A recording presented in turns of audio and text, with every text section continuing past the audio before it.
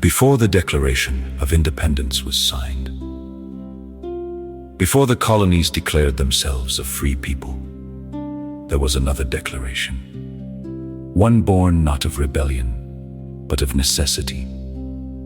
On July 6, 1775, the Second Continental Congress issued a formal statement explaining why the American colonies had taken up arms against Great Britain.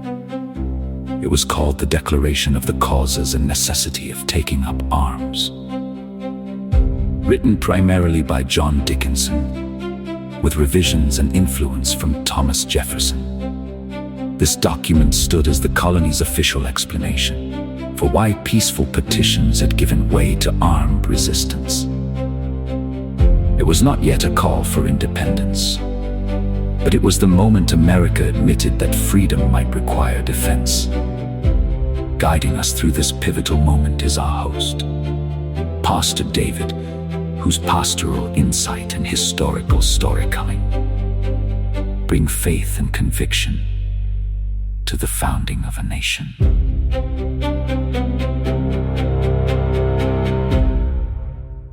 Thank you for joining me today on Voices of Life, a ministry of the Church for Life. I'm Pastor David. As we continue our Did You Know series, celebrating 250 years of faith and freedom, we turn to a document that bridges peace and war, prayer and action, petition and independence. It's called the Declaration of the Causes and Necessity of Taking Up Arms. This declaration was issued on July 6, 1775, just months after the first shots were fired at Lexington and Concord and Bunker Hill. It was the colony's official explanation for why they were now using armed resistance against Britain, even though they were not yet declaring independence. It served as a middle step between petitions for reconciliation and the later Declaration of Independence. So why was it written? Well, by mid-1775, the Congress faced a difficult truth. The time for petitions had passed.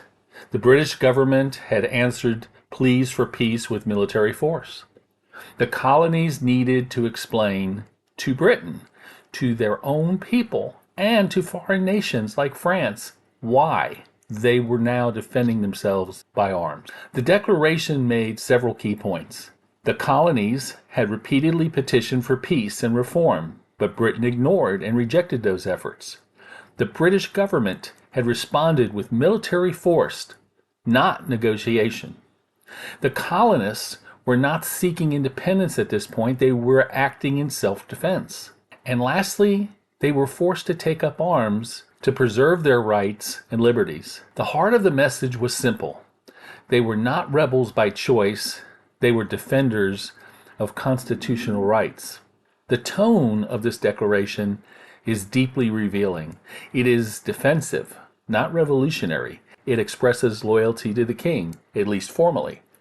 It frames the conflict as resistance to Parliament's overreach, not rejection of Britain itself. This careful tone helped keep colonial support unified at a time when full independence was still controversial.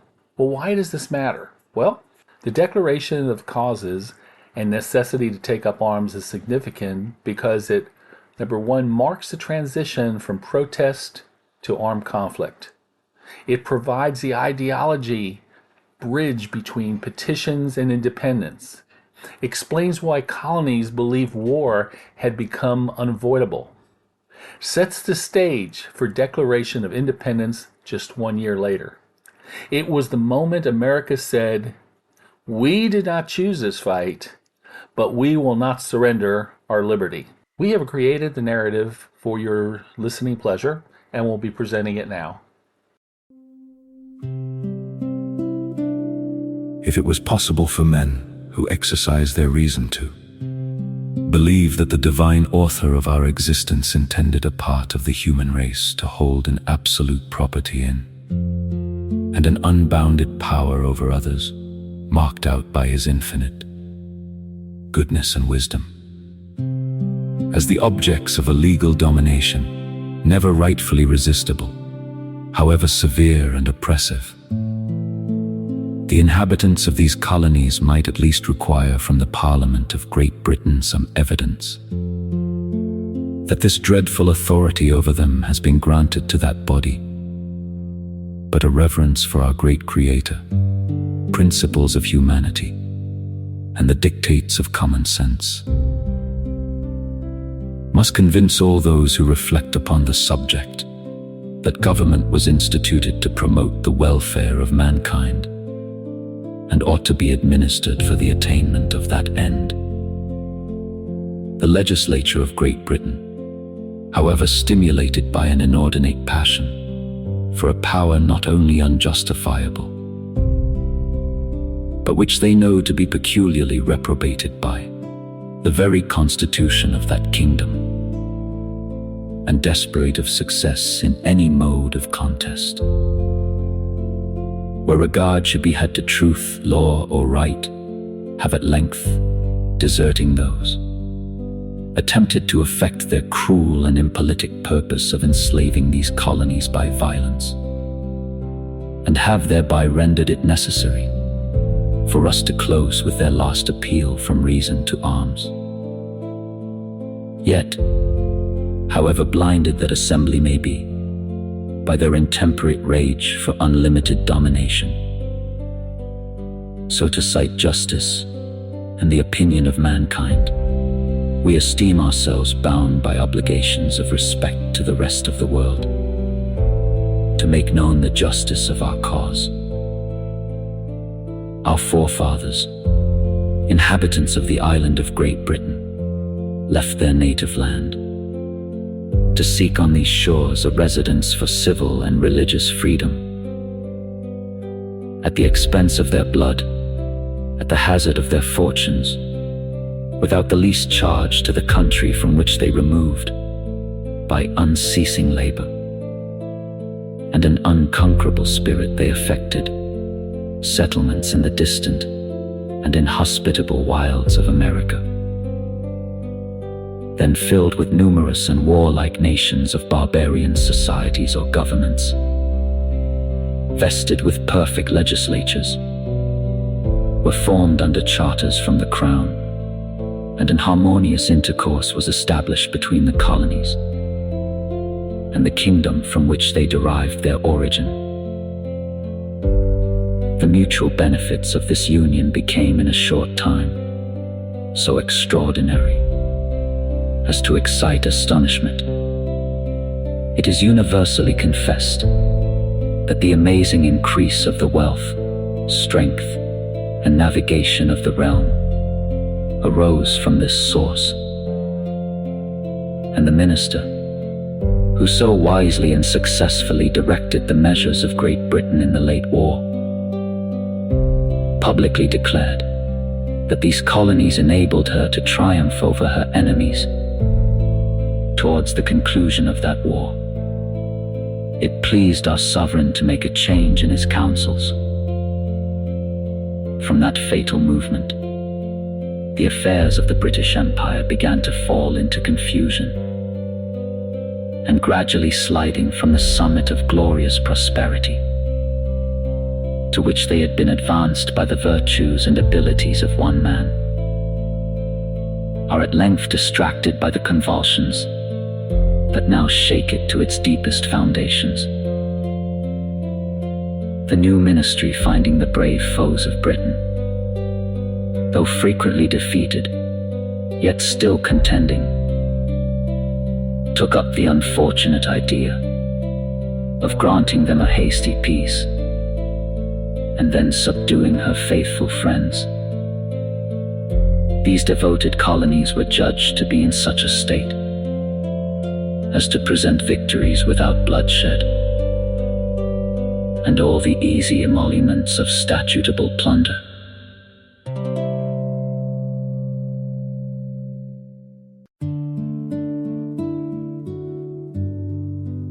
And so, before independence was declared, before the nation was born, America's leaders stood at a crossroads between peace and war. They had petitioned, they had pleaded, they had prayed. But when every door was closed, they were forced to take up arms to defend the rights they had long sought to preserve. This was not rebellion born of anger, but resistance born of conscience, not a thirst for power, but a cry for liberty. The declaration of the causes and necessity of taking up arms was their solemn explanation, their statement to the world that freedom must sometimes be defended before it can be declared. As we honor 250 years of faith and freedom, may we remember that courage is not always loud, and conviction is not always easy. Sometimes it is the quiet resolve to stand firm when peace has been denied. Thank you for joining us for this Voices of Life special episode. May the spirit of 1775 remind us to guard liberty with faith, to defend truth with courage, and to trust the providence that still guides this nation.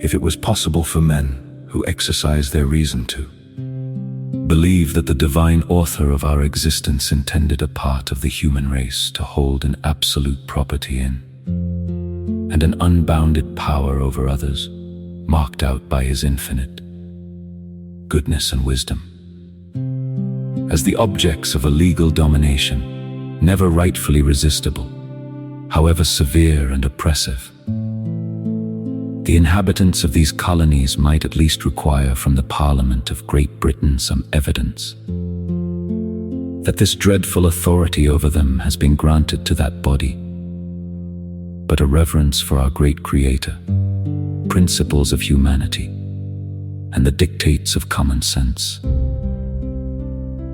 must convince all those who reflect upon the subject that government was instituted to promote the welfare of mankind and ought to be administered for the attainment of that end. The legislature of Great Britain, however stimulated by an inordinate passion for a power not only unjustifiable, but which they know to be peculiarly reprobated by the very constitution of that kingdom, and desperate of success in any mode of contest, where regard should be had to truth, law, or right, have at length, deserting those, attempted to effect their cruel and impolitic purpose of enslaving these colonies by violence, and have thereby rendered it necessary for us to close with their last appeal from reason to arms. Yet, however blinded that assembly may be by their intemperate rage for unlimited domination, so to cite justice and the opinion of mankind, we esteem ourselves bound by obligations of respect to the rest of the world, to make known the justice of our cause. Our forefathers, inhabitants of the island of Great Britain, left their native land to seek on these shores a residence for civil and religious freedom. At the expense of their blood, at the hazard of their fortunes, without the least charge to the country from which they removed, by unceasing labor and an unconquerable spirit, they effected settlements in the distant and inhospitable wilds of America. Then filled with numerous and warlike nations of barbarian societies or governments, vested with perfect legislatures, were formed under charters from the crown, and an harmonious intercourse was established between the colonies and the kingdom from which they derived their origin. The mutual benefits of this union became in a short time so extraordinary as to excite astonishment. It is universally confessed that the amazing increase of the wealth, strength, and navigation of the realm arose from this source. And the minister, who so wisely and successfully directed the measures of Great Britain in the late war, publicly declared that these colonies enabled her to triumph over her enemies. Towards the conclusion of that war, it pleased our sovereign to make a change in his counsels. From that fatal movement, the affairs of the British Empire began to fall into confusion, and gradually sliding from the summit of glorious prosperity, to which they had been advanced by the virtues and abilities of one man, are at length distracted by the convulsions that now shake it to its deepest foundations. The new ministry, finding the brave foes of Britain, though frequently defeated, yet still contending, took up the unfortunate idea of granting them a hasty peace, and then subduing her faithful friends. These devoted colonies were judged to be in such a state as to present victories without bloodshed, and all the easy emoluments of statutable plunder.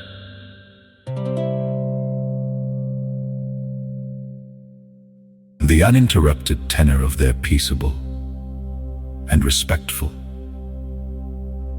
behavior from the beginning of colonization, their dutiful, zealous, and useful services during the war, though so recently and amply acknowledged in the most honorable manner by His Majesty, by the late King, and by Parliament, could not save them from the meditated innovations. Parliament was influenced to adopt the pernicious project, and assuming a new power over them, have in the course of 11 years given such decisive specimens of the spirit and consequences attending this power, as to leave no doubt concerning the effects of acquiescence under it.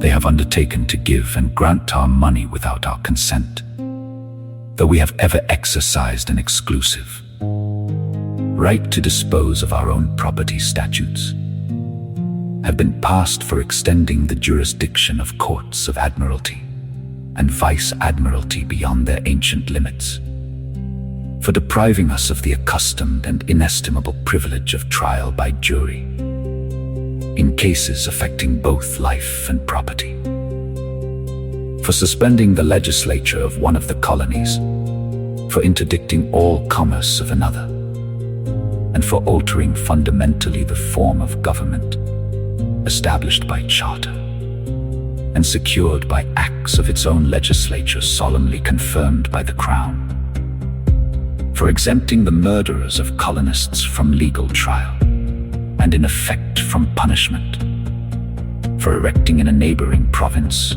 acquired by the joint arms of Great Britain and America a despotism dangerous to our very existence, and for quartering soldiers upon the colonists in time of profound peace.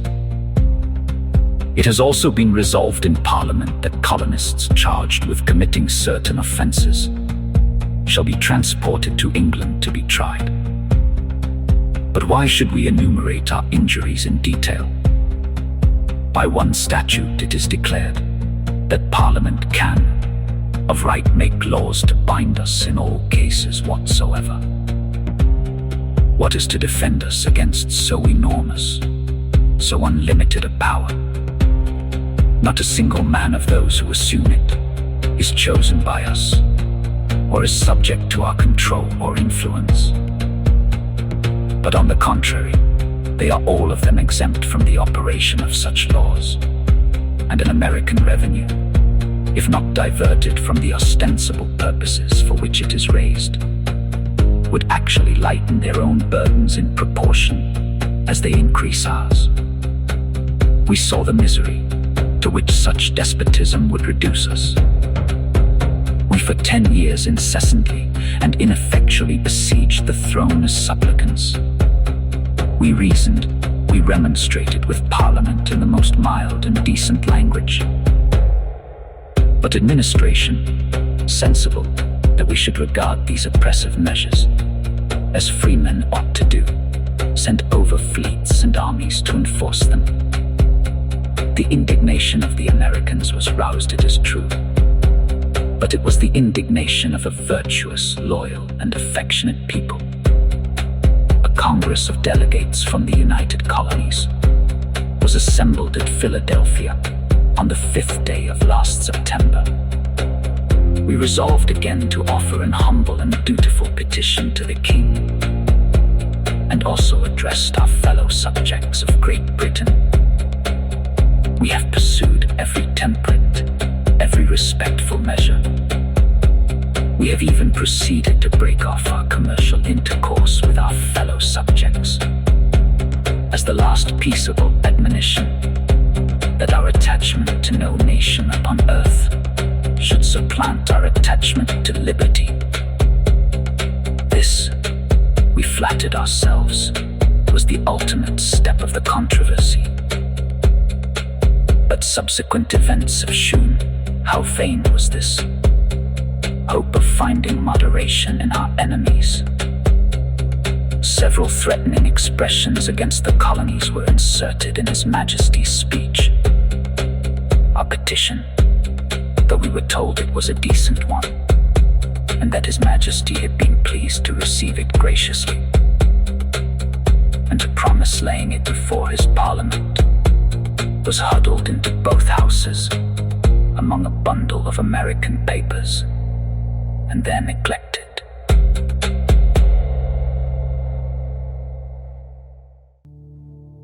The Lords and Commons in their address in the month of February said that a rebellion at that time actually existed within the province of Massachusetts Bay, and that those concerned with it had been countenanced and encouraged by unlawful combinations and engagements entered into by His Majesty's subjects in several of the other colonies, and therefore they besought His Majesty that he would take the most effectual measures to enforce due obedience to the laws and authority of the Supreme Legislature.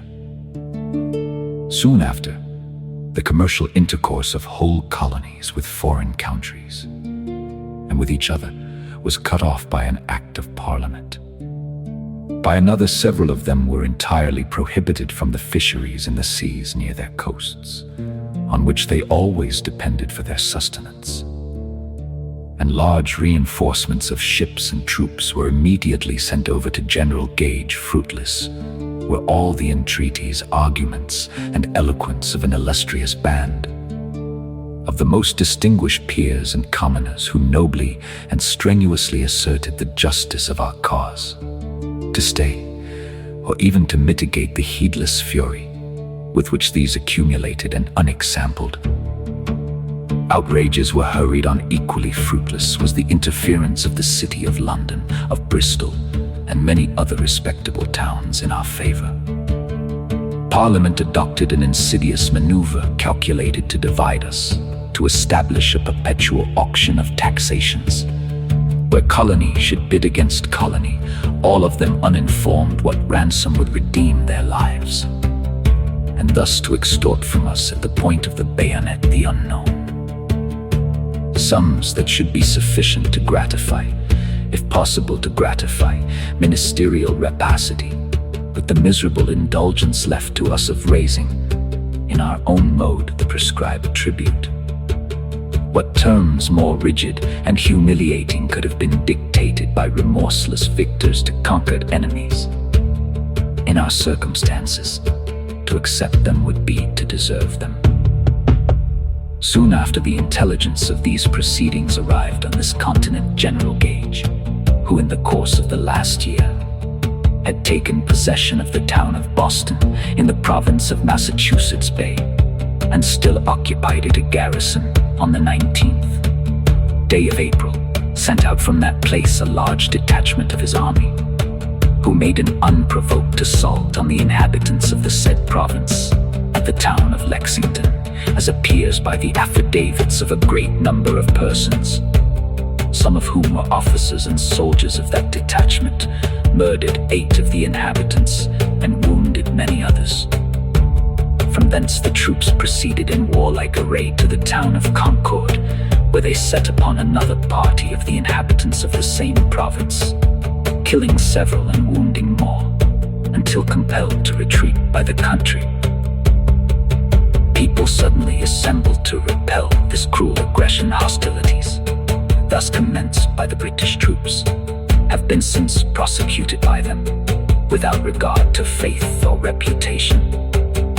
The inhabitants of Boston being confined within that town by the general their governor, and having, in order to procure their dismission, entered into a treaty with him, it was stipulated that the said inhabitants, having deposited their arms with their own magistrate, should have liberty to depart, taking with them their other effects. They accordingly delivered up their arms, but in open violation of honor, in defiance of the obligation of treaties, which even savage nations esteem sacred. The governor ordered the arms deposited as aforesaid, that they might be preserved for their owners, to be seized by a body of soldiers, detained the greatest part of the inhabitants in the town, and compelled the few who were permitted to retire, to leave their most valuable effects behind. By this perfidy wives are separated from their husbands, children from their parents, the aged and the sick from their relations and friends who wish to attend and comfort them, and those who have been used to live in plenty and even elegance are reduced to deplorable distress. The general, further emulating his ministerial masters, by a proclamation bearing date on the 12th day of June, after venting the grossest falsehoods and calumnies against the good people of these colonies, proceeds to declare them all, either by name or description, to be rebels and traitors, to supersede the course of the common law, and instead thereof to publish and order the use and exercise of the law martial. His troops have butchered our countrymen, have wantonly burnt Charlestown, besides a considerable number of houses and other places. Our ships and vessels are seized. The necessary supplies of provisions are intercepted, and he is exerting his utmost power to spread destruction and devastation around him.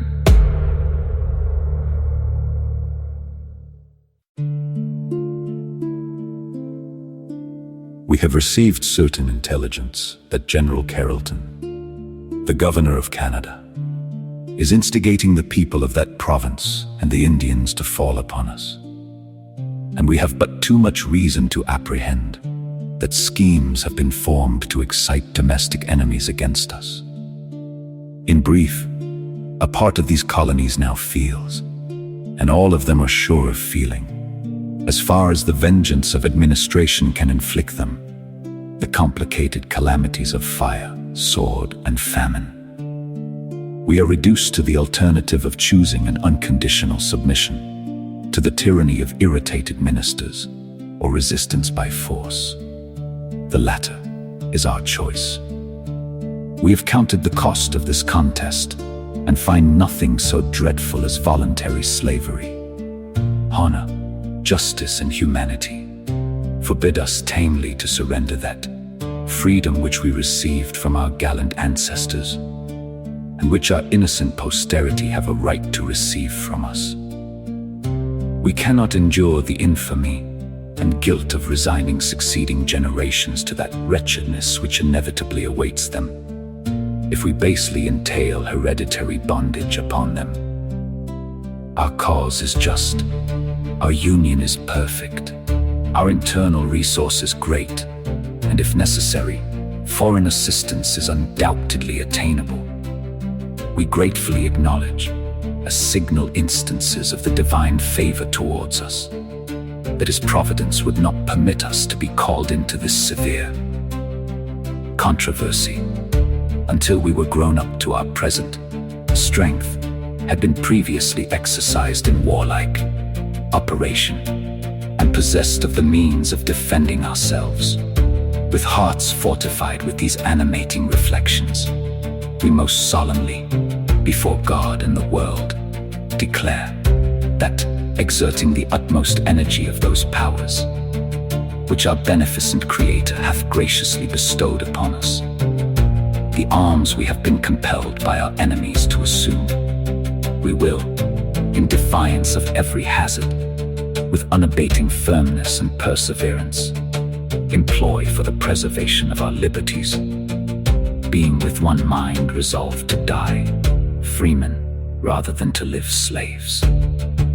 Lest this declaration should disquiet the minds of our friends and fellow subjects in any part of the empire, we assure them that we mean not to dissolve that union which has so long and so happily subsisted between us, and which we sincerely wish to see restored.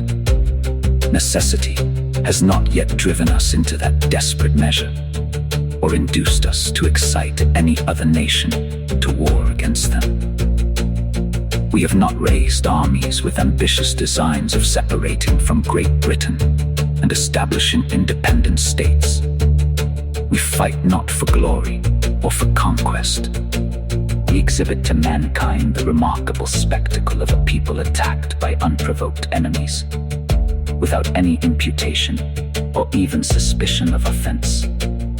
They boast of their privileges and civilization, and yet proffer no milder conditions than servitude or death. In our own native land, in defense of the freedom that is our birthright, and which we ever enjoyed till the late violation of it, for the protection of our property, acquired solely by the honest industry of our forefathers and ourselves against violence actually offered, we have taken up arms. We shall lay them down when hostilities shall cease on the part of the aggressors, and all danger of their being renewed shall be removed, and not before. With an humble confidence in the mercies of the supreme and impartial judge and ruler of the universe, we most devoutly implore his divine goodness to protect us happily through this great conflict, to dispose our adversaries to reconciliation on reasonable terms, and thereby to relieve the empire from the calamities of civil war. It was adopted by the Second Continental Congress on July 6, 1775, acting collectively on behalf of the 12 colonies, then representing Georgia had joined the Congress by that time. The declaration was entered into the official journals of Congress, but did not include a signature page with the names of all delegates. The document was issued under the authority of the Second Continental Congress, whose presiding officer at the time was John Hancock, President of the Congress.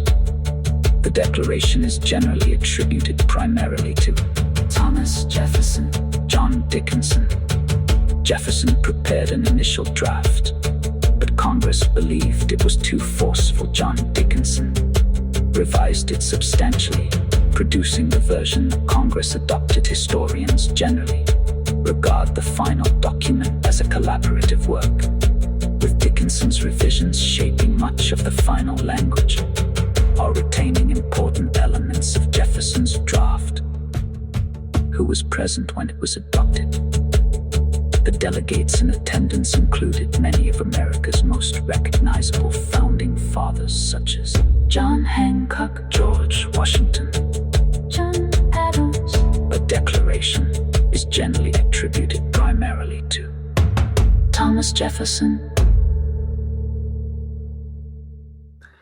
So what is the legacy of this document?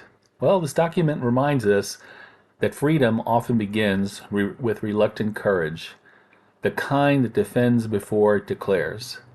John Dickinson and Thomas Jefferson gave voice to people who still hoped for peace, yet prepared for sacrifice. And in that tension between loyalty and liberty, America found its resolve. As we honor 250 years of faith and freedom, may we remember that the courage to defend truth is as vital today as it was in 1775. Thank you for joining me for this Voices of Life Did You Know special. Until next time, may God bless you, and may God bless the United States of America. And so, before independence was declared, before the nation was born, America's leaders stood at a crossroads between peace and war. They had petitioned, they had pleaded, they had prayed. But when every door was closed, they were forced to take up arms to defend the rights they had long sought to preserve. This was not rebellion born of anger, but resistance born of conscience, not a thirst for power, but a cry for liberty. The declaration of the causes and necessity of taking up arms was their solemn explanation, their statement to the world that freedom must sometimes be defended before it can be declared. As we honor 250 years of faith and freedom, may we remember that courage is not always loud, and conviction is not always easy. Sometimes it is the quiet resolve to stand firm when peace has been denied. Thank you for joining us for this Voices of Life special episode. May the spirit of 1775 remind us to guard liberty with faith, to defend truth with courage, and to trust the providence that still guides this nation.